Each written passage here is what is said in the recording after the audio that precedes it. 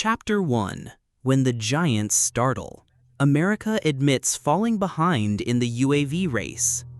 In the modern world of warfare, where every bullet that flies can change the outcome, the sudden admission by the United States, the world's #1 military power for decades, that they are falling behind in the UAV race is truly shocking news.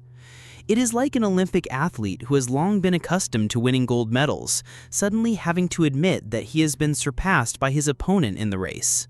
The Giants do not always hold the throne forever, and sometimes just one misstep is enough to make the world wonder, is the era of hegemony shaking? UAV, a game-changing weapon. Unmanned aerial vehicles are not a new concept. Since the beginning of the 20th century, the idea of creating an aircraft that can fly without a pilot directly controlling it has been tested. However, it was not until World War II that UAVs were used in a limited way, mainly for reconnaissance or as training targets. But the real turning point occurred in the first 2 decades of the 21st century, when UAVs began to appear more and more in conflicts. From the Afghan desert, American UAVs such as Predator or Reaper became symbols of modern warfare.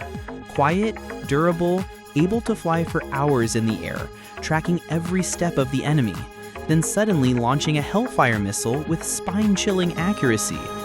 That is why people naturally consider the US to be the absolute leader in the field of UAVs.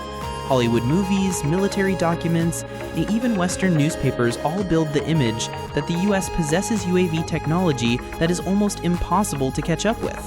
However, the harsh truth is gradually revealing. The world does not stand still, and the opponent has surpassed. Remarkable confession of US officials. According to sources from Dantry and many international news agencies, a senior US official had to admit that Washington is lagging behind in the UAV race compared to its competitors, especially Russia, China, and even some smaller countries that know how to take advantage of technological flexibility. This statement is not just a simple confession, but also a wake-up call. Because up to now, the US has always maintained the image of going first, leading, not chasing. So what has put the world's #1 power in this difficult position? Why is the US falling behind? The underlying causes. To understand why the US is lagging behind, we need to look at many aspects. Thinking too much about high-end technology, the US always tends to develop UAVs in a sophisticated, modern, and expensive direction. Predator, Reaper, or Global Hawk are all machines worth tens of millions, even hundreds of millions of US dollars. They fly high, fly far, have complex sensor systems, are controlled via satellite, and are integrated with smart weapons. It sounds impressive, but the reality on the battlefield shows that expensive does not mean absolutely effective. When confronting cheap, mass-produced UAVs from Russia or Iran, the US suddenly falls into a dilemma. A UAV worth several $100,000 US can penetrate modern air defense systems, while US UAVs are expensive and cannot be mass-produced.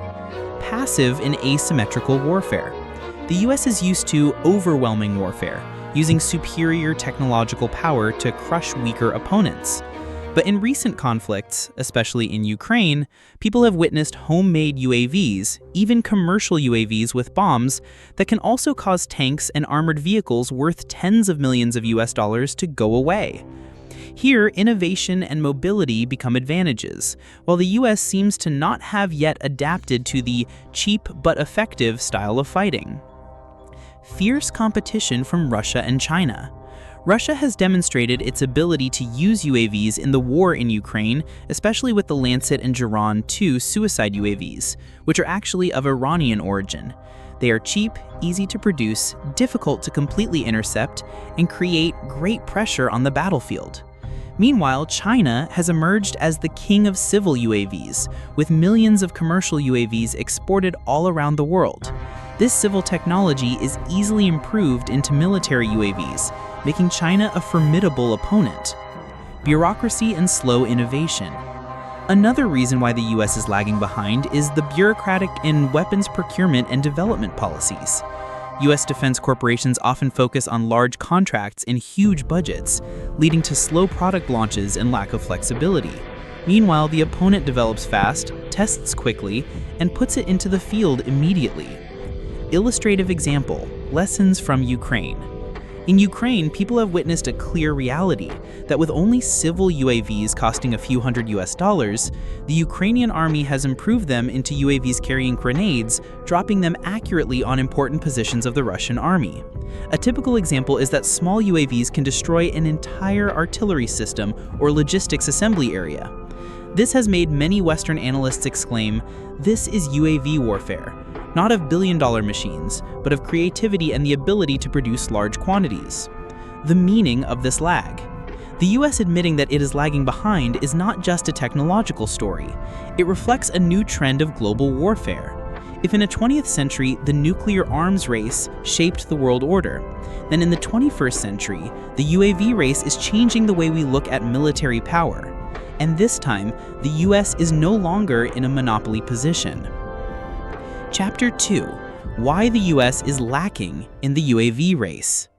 When a senior US official admitted that Washington was lagging behind in the UAV race, it was not just a warning statement, but also a reflection of the difficult situation that the US is facing.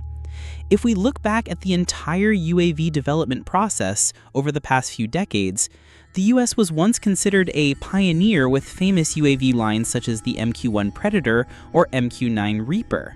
These devices have made waves in Afghanistan, Iraq, and many other battlefields. However, their fatal weakness is their backward thinking and approach to technology. 1. The quality makes up for quantity mindset and its consequences. The US always chooses to manufacture extremely modern UAVs equipped with sensors, radars, and advanced communication systems. An American UAV can cost tens of millions of US dollars, even equal to a light fighter jet. Meanwhile, their opponents, such as Russia, China, Iran, or even Turkey, have chosen a different direction, mass-producing cheap, compact, and easily replaceable UAVs. Imagine the current Ukraine battlefield. Russia uses thousands of Shahed UAVs supplied by Iran with a price of only about $20,000 to $30,000 US each. Meanwhile, to shoot down a Shahed, Ukraine must use anti-aircraft missiles worth hundreds of thousands of US dollars. The cost problem has become a classic attrition trap. The US has not found a radical solution to this paradox. 2. Slowness in the bureaucratic and testing cycle. Unlike countries with a fast-acting defense industry, the US is constrained by a complex bureaucracy. A new UAV model must go through a series of procedures to be approved, from Congress, the Pentagon, to defense corporations. This process takes years, while other countries can speed up the process in just a few months. For example, Turkey developed and put the Bayraktar TB2 UAV into combat in just 4 to 5 years, while the US took nearly 15 years to get the MQ-9 Reaper up to standard. Time is money, and the US has lost its advantage. 3. High technology but not suitable for modern warfare. Another point that makes the US lose ground is that it focuses too much on large attack UAVs. While modern warfare requires small reconnaissance UAVs, cheap suicide UAVs, and swarm UAVs. Large UAVs are often easy to detect by radar, easy to shoot down, and cannot be overwhelmed by numbers.